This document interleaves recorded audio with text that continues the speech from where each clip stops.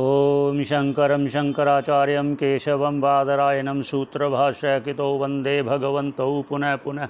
ईश्वरो गुरुरात्मेति मूर्तिभेदविभागिने व्योमवद्व्याप्तदेहाय दक्षिणामूर्तये नमः। ओम शांति शांति शांति। ओम सहनावतु सहनौ भुनक्तु सह वीर्यं करवावहै तेजस्विनावधीतमस्तु मा विद्विषावहै।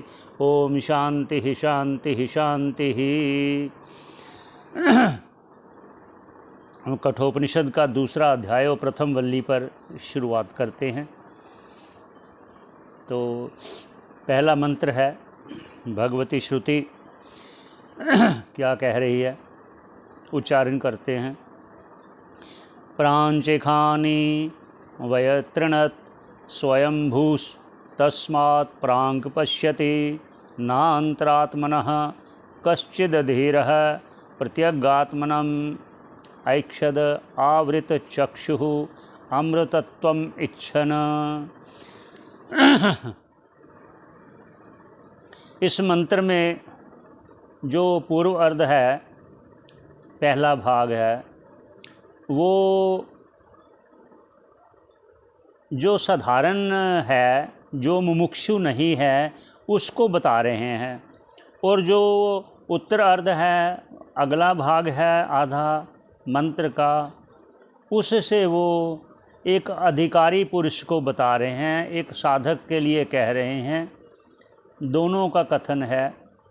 भगवती सभी का मंगल चाहती है, इसलिए उसका भी ये वर्णन इसलिए करती है कि उसकी बुद्धि में भी ये बातें शुरू हो जाएं बैठनी।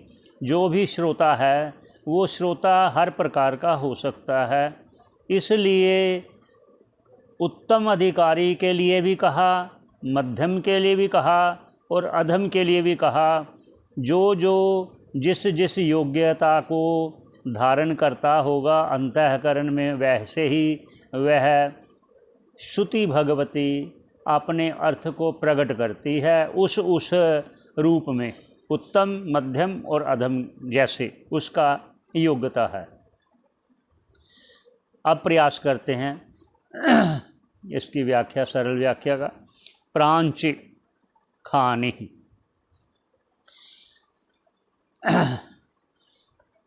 प्रांची खानी, प्रांची अर्थात प्रांग मुख, प्रांग बाह्य, बाहर को। खानी अर्थात इंद्रियानि, खानी उपलक्षितानि इंद्रियानि, जो इंद्रियां हैं सब यहाँ आप उपलक्षित अर्थात सभी इंद्रियों को आप समझना। खानी अर्थात इंद्रियानि, वयतृणतः अर्थात बनाया। किसने बनाया? स्वयंभू अर्थात परमात्मा ने। तस्मात् इसलिए, किस लिए कि जब इंद्रियों को भगवान ने बाह्य मुख बनाया है, इसलिए प्रांग पश्यति, बाहर को देखती हैं। जब भगवान ने बनाया ही है इंद्रियों को, वो विषयों की ओर स्वभाव है उनका जाना, ये परमात्मा ने बनाया है।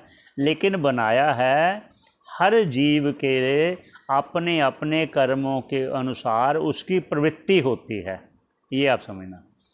ना अंतर आत्मनः, वह जो इंद्रियां हैं वो अंतर्मुख नहीं होती। ऐसा देखते हैं कि अंतर्मुख नहीं होती, सभी विषयों की ओर बाहर जाती हैं। आगे क्या कहते हैं? कश्चिद धीरा, ये उत्तर भाग है मंत्र का।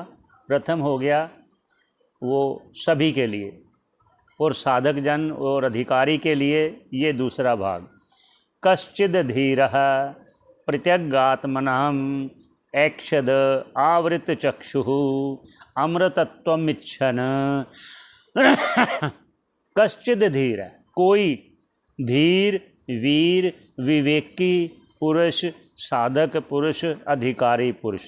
प्रत्यग आत्मानम, प्रत्यग अर्थात अंतर, प्राक बाह्य और प्रत्यक अंतर, अंतर आत्मा को, अपनी आत्मा को।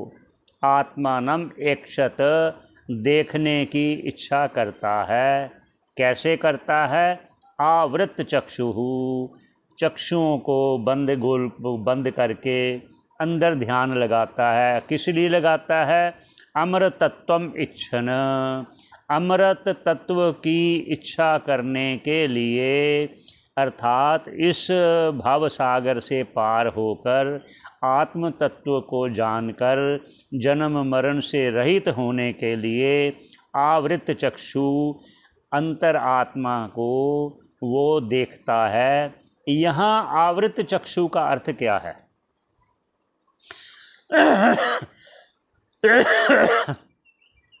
वो कहते हैं जो आवृत चक्षु है उसका अर्थ ये है कि आंखें बंद करके अगर अंदर ध्यान लगाएगा वो तो ठीक है, लेकिन जब आंख खुलेगी फिर भी उसका ध्यान वही बना रहे, ऐसी योग्यता लाने के लिए उसका भाष्यकार कहते हैं कि सभी विषयों से अपनी इंद्रियों को हटाता हुआ, जैसे भगवान कृष्ण जी भी करें शनै शनै उपरमेद, धीरे धीरे उनको विषयों से दूर हटाए, ऐसा उनका अभिप्राय है। ये हुआ दूसरे अध्याय के प्रथम वल्ली का प्रथम मंत्र। आगे चलते हैं।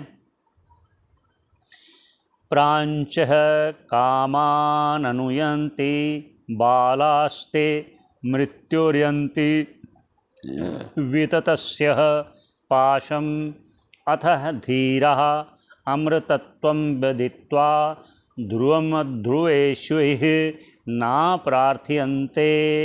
ये दूसरा मंत्र है।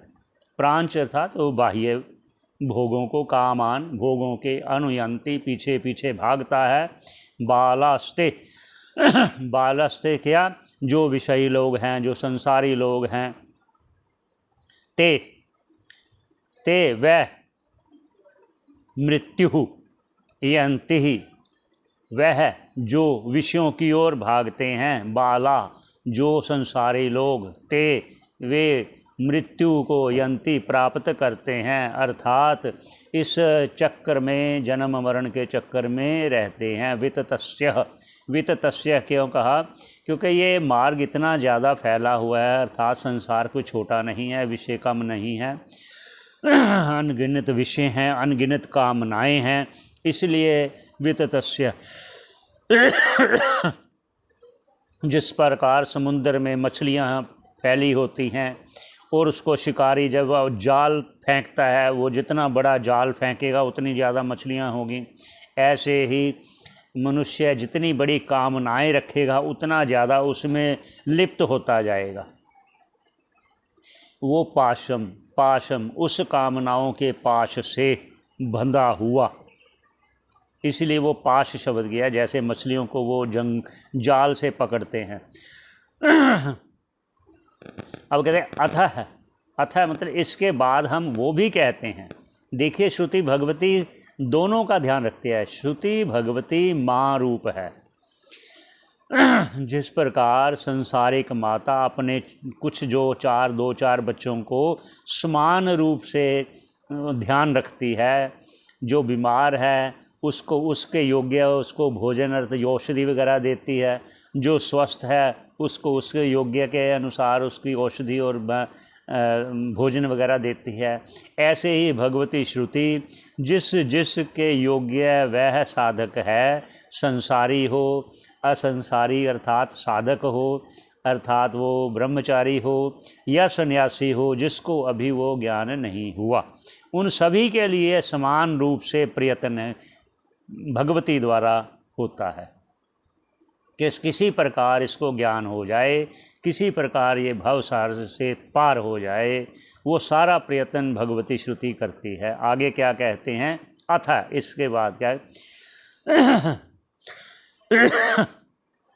मतलब जो ये बाह्य विषयों में जाता है, अथ इसके विपरीत जो अंतर्मुख होता है।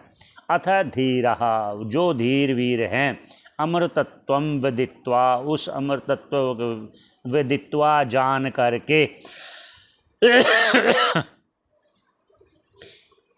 विदित्वा ध्रुवम जो नित्य है, ध्रुवम, और अध्रुवम जो अनित्य है, उसकी इच्छा अनित्य की नहीं रखते। ध्रुवम जो नित्य है उसकी इच्छा रखते हैं।